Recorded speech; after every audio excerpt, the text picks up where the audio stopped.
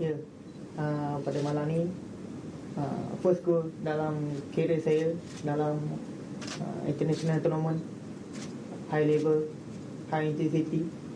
Saya tak sangka saya dapat berikan yang terbaik. Ini bukan untuk saya yang diangkat sebenarnya. All player, all coaches, sebenarnya benda ni datang daripada semua, not only one player. Masing-masing ada department masing-masing perlu jalankan tanggungjawab. Saya bangga dengan rakan pasukan saya dan all official. Apa yang kita kerja keras selama ni membantu kita pada malam ni. Ya, memang saya sendiri memang tak expect begitu kita mendapatkan gol awal dan kita control game. Hari ni serba menjadi. Maksud apa yang kita boleh katakan, apa yang kita buat semua jadi. Mungkin kalau Turkmenistan mungkin dia kata mungkin keadaan padang, tapi mungkin keadaan padang membantu kita. Tapi memang padang tak boleh cakap lah pasal padang kan. Apa yang kita, memang saya pun tak sangka rakan-rakan saya dapat follow coach Kim punya plan pada malam ni. Memang first goal saya memang saya sedih sebenarnya. Memang saya sedih. Saya tak tahu macam mana saya nak naikkan gol tu. Ini untuk semua rakyat Malaysia, rakan-rakan saya, pasukan dan semua barisan kejurulatihan.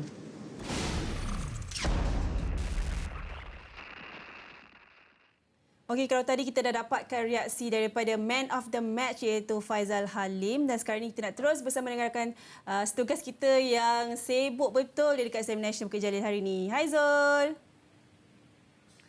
Hai Su, apa khabar? Dayang, kita panggil dia Kim Zul Helmi, boleh lah kot hari ni Kim Zul Helmi tiba-tiba dia jadi opa. Okey Zul, long story short lah nak tanya jugalah.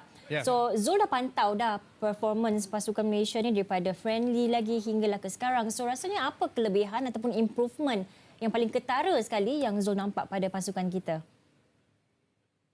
Sudah pasti semangat yang dibawa oleh barisan pemain negara berbeza Su dan juga Dayang, sebab kalau kita tengok perbandingan yang dapat dia buat sebelum ini, passion dan juga drive yang ada di kalangan pemain negara itu lebih tinggi. Mungkin persaingan sihat yang dibawa oleh Kim Panggon itu menjadi faktor utama kenapa semangat pemain negara itu berada dalam keadaan lebih baik berbanding sebelum ini. Dan sudah pasti antara faktor lain pendekatan taktikal itu sendiri yang mana ianya dapat dilihat keberkesanan formasi dan juga falsafah yang dilakukan oleh jurulatih dari Korea Selatan itu. Bukan kita menindakkan jurulatih terdahulu tidak bagus, tetapi apa yang dibawa oleh Kim Panggon adalah sesuatu yang telah mengubah kepada corak permainan pasukan negara. Dan kalau anda nak tahu, buktinya kita ataupun Kim Panggon, skuad negara di bawah Kim Panggon telah mencatat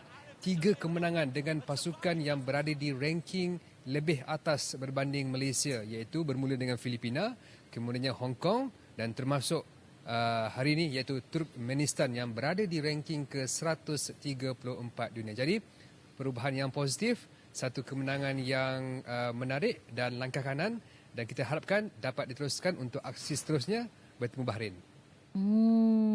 Saya pun setujulah dengan apa yang Zul katakan, dan sudah pastilah kita boleh dapat lihat pemain-pemain semua dengar cakap coach tu yang penting. Okey Zul, tapi kita tahu untuk Betul. kita menjadi lebih baik, kita perlu juga melihat kembali ataupun cepat respon dengan kelemahan yang kita ada. So daripada perlawanan tadi, kita telah melepaskan satu gol kepada Turkmenistan yang boleh dianggap sebagai gol yang mudahlah diberikan begitu saja kepada Turkmenistan. So, mungkin Zul nak ulas sedikit kelemahan yang perlu cepat diperbaiki sebab kita nak lawan Bahrain lepas ni. Okey, secara peribadi saya berasakan kesilapan itu tidak perlu dilakukan oleh pertahanan yang punya pengalaman luas seperti Syahrul Saad.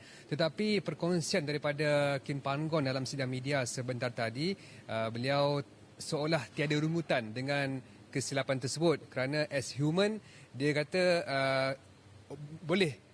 pemain boleh melakukan kesilapan. Cuma sudah pasti beliau mengharapkan perkara sama tidak berulang dalam perlawanan seterusnya. Seperti yang Su katakan, kita akan bertemu pasukan yang lebih kuat.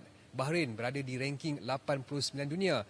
Jika kita bertemu pasukan seperti itu, kesilapan yang sama dilakukan sudah pasti mengundang padah dan mungkin lebih berbahaya ataupun lebih mengundang masalah kepada pasukan negara.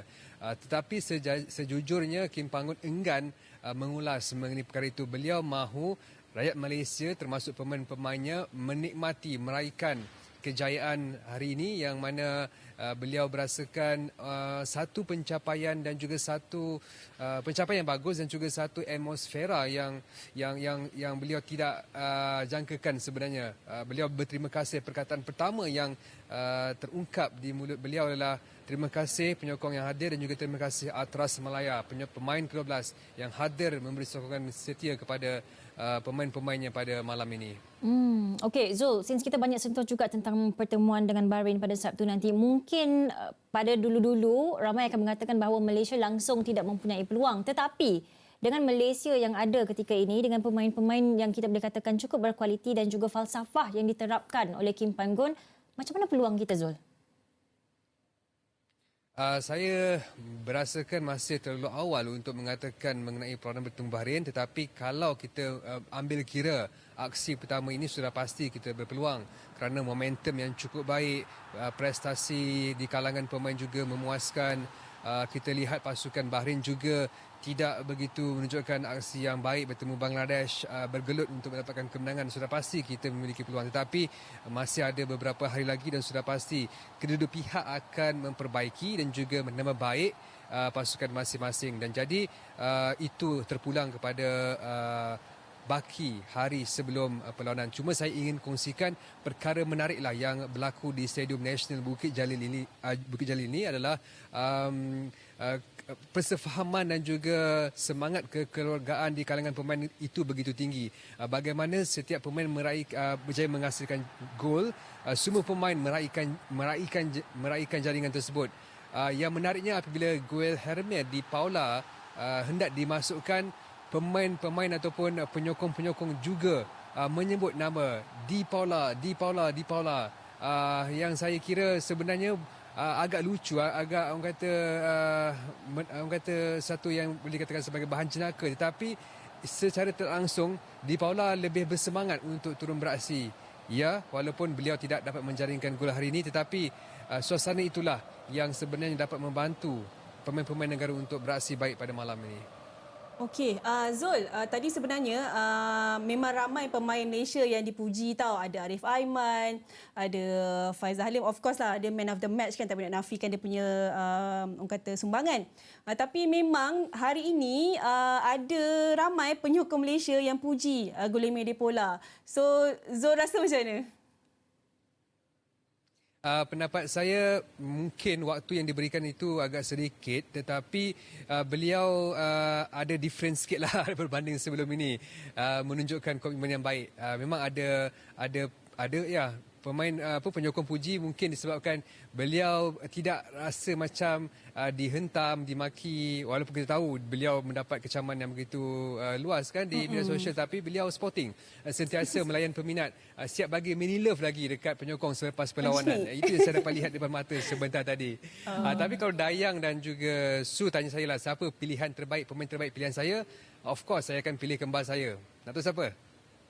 Siapa? Darren Lock. Darren Lock contribution dia cukup besar.